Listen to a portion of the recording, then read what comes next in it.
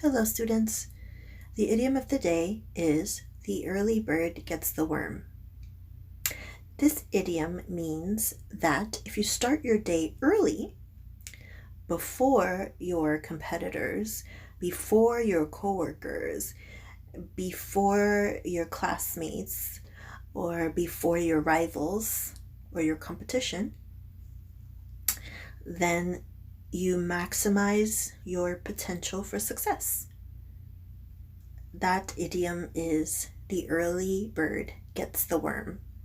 So simply, if you get up early and you start working before everyone else, then you will gain the benefit from getting out early, starting your day early.